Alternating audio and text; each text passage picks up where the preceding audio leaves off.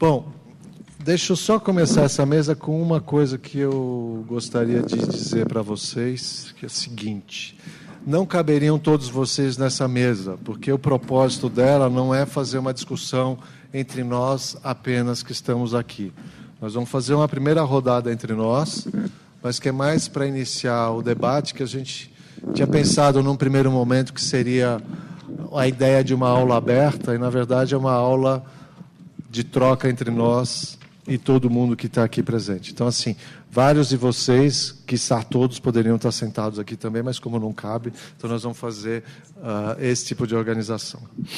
Eu vou, primeiramente, precisaria fazer um apoio de tradução aqui. Oi? Fausto, você fica do lado do François. Hoje a gente ainda não está com tradução simultânea, mas amanhã nós vamos ter. Então, por isso que a gente está fazendo uma troca de lugares para permitir uma tradução cochichada. Tá?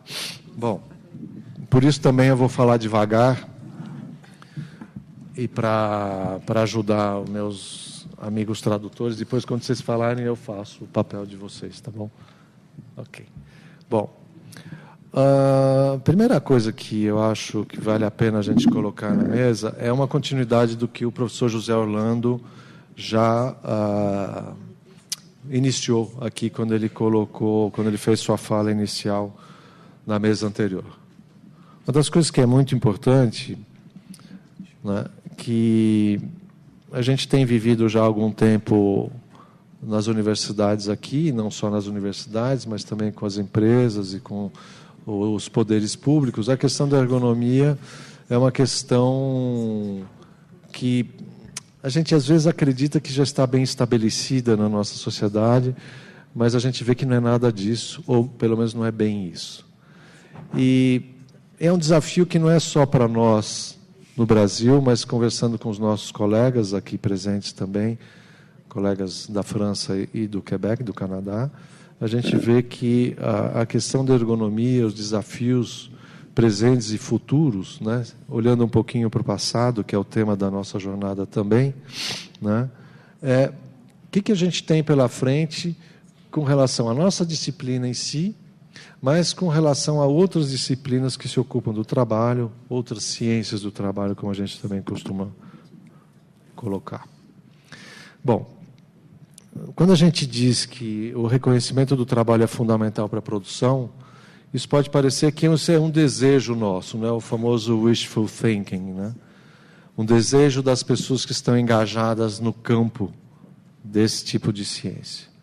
Mas, se a gente olhar o avanço efetivo, né, do conhecimento que é originário não só de pesquisas, mas também das próprias mudanças no mundo da produção nos últimos anos, mas pode colocar uns 20, 30 anos, a gente vê que assim, a questão do trabalho é muito importante. Isso também a ergonomia começou a se ocupar, não apenas no nível considerado operacional, mas em todos os níveis da hierarquia. Trabalhar é algo que todos fazem, apesar que, infelizmente, isso é pouco reconhecido, né? E tem gente que acha que não trabalha, né? É verdade, mas em qualquer instituição, em qualquer empresa, todos trabalham. Evidentemente que as relações de poder são distintas, mas um primeiro passo para nós seria o reconhecimento que o trabalho é algo de todos. Infelizmente também, ou a gente coloca entre aspas, mas eu acho que existe algo que faz parte dos nossos debates, é que a gente ainda vive sob a égide de uma profunda divisão do trabalho, onde a responsabilidade com relação aos projetos é restrita aos profissionais cuja competência para tal é reconhecida tradicionalmente, como os engenheiros, os designers, os arquitetos, os gestores também, e que, no outro lado, ficariam os que eufemisticamente denomina-se como executores. Enfim, para quem trata do trabalho efetivamente, trabalhar pertence a todos. E em nenhuma hipótese pode se reduzir um tipo de atividade ao pensar e ao outro ao executar.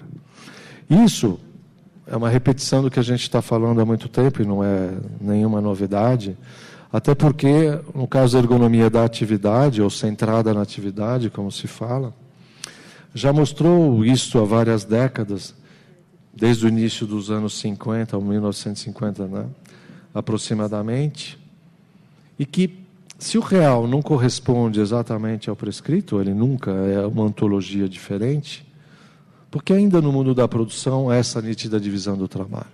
Essa é uma questão. Imputar um tipo de racionalidade, apenas um tipo de racionalidade à produção, a conhecida como estratégico-instrumental, é uma redução imensa. Se para produzir é necessário deixar de lado outras racionalidades, como a axiológica, a comunicacional e a apática, há algo de estranho. Muitas vezes, ao nos atermos à tremenda redução, perdemos algo de fundamental no mundo do trabalho, que isto é, a sua fundamental contribuição para o desenvolvimento da cultura.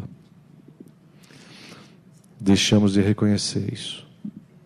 E podemos criar situações que, no final das contas, iriam em detrimento do desenvolvimento da cultura. O grande desafio que temos pela frente é de qualificar o trabalho propriamente dito. Isto é, um engajamento daqueles que buscam transformar em profundidade as relações da sociedade.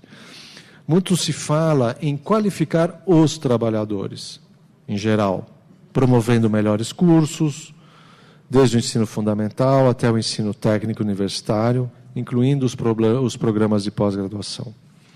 Eu vou propor aqui nessa mesa, para começar, uma inversão. O que nós precisamos qualificar são os ambientes de trabalho, a produção, a divisão do trabalho, o conteúdo das tarefas, a organização dos tempos de trabalho, os modos de coordenação e de cooperação e as modalidades de avaliação de desempenho. Então, estou dizendo que não estou dizendo que não seja importante qualificarmos as pessoas, mas é importante qualificar o trabalho. E, para tanto, um dos grandes desafios, como foi dito anteriormente aqui, é manter o debate no espaço público, inclusive tratando a capacitação de profissionais em ergonomia, de modo a lhes propiciar condições para agirem, evitando que esse processo fique afeito à aprendizagem do uso de abordagens e ferramentas simplificadoras da realidade.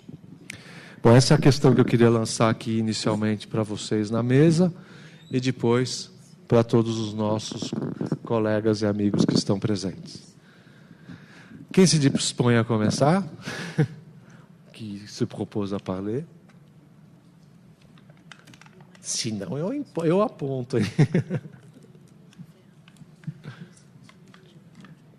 Tiver? Fausto, por favor.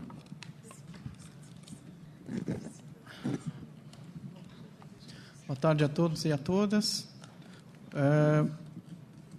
Sem dúvidas que a questão que a gente procura tratar, né, quando a gente fala de... Quando a gente está no âmbito da ergonomia, né, o trabalho é uma questão bastante ampla. E ele permite, felizmente, vários questionamentos, várias reflexões, várias abordagens, inclusive. E eu queria destacar 2 pontos que o Laerte citou ainda há pouco. O primeiro deles relacionado à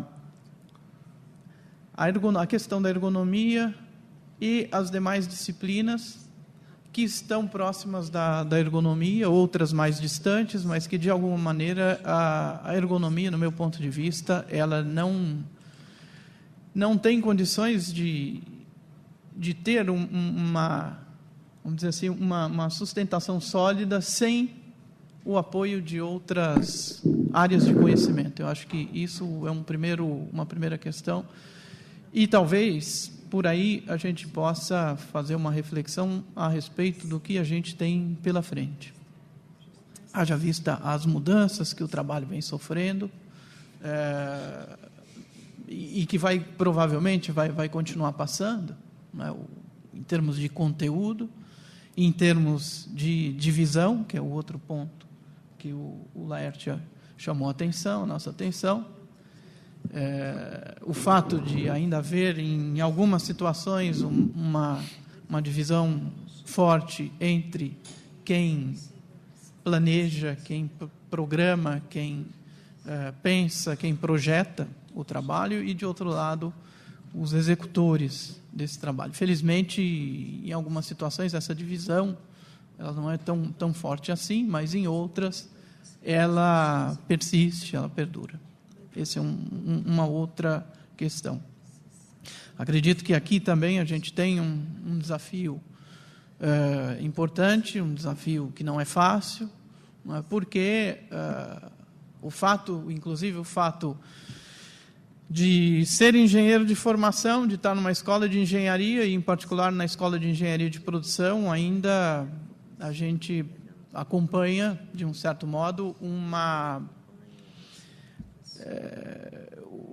ação muito forte nesses termos, uma ação ainda de fazer uma clivagem entre quem pensa e quem executa o trabalho, embora a gente saiba que muita coisa mudou desde os princípios da administração científica.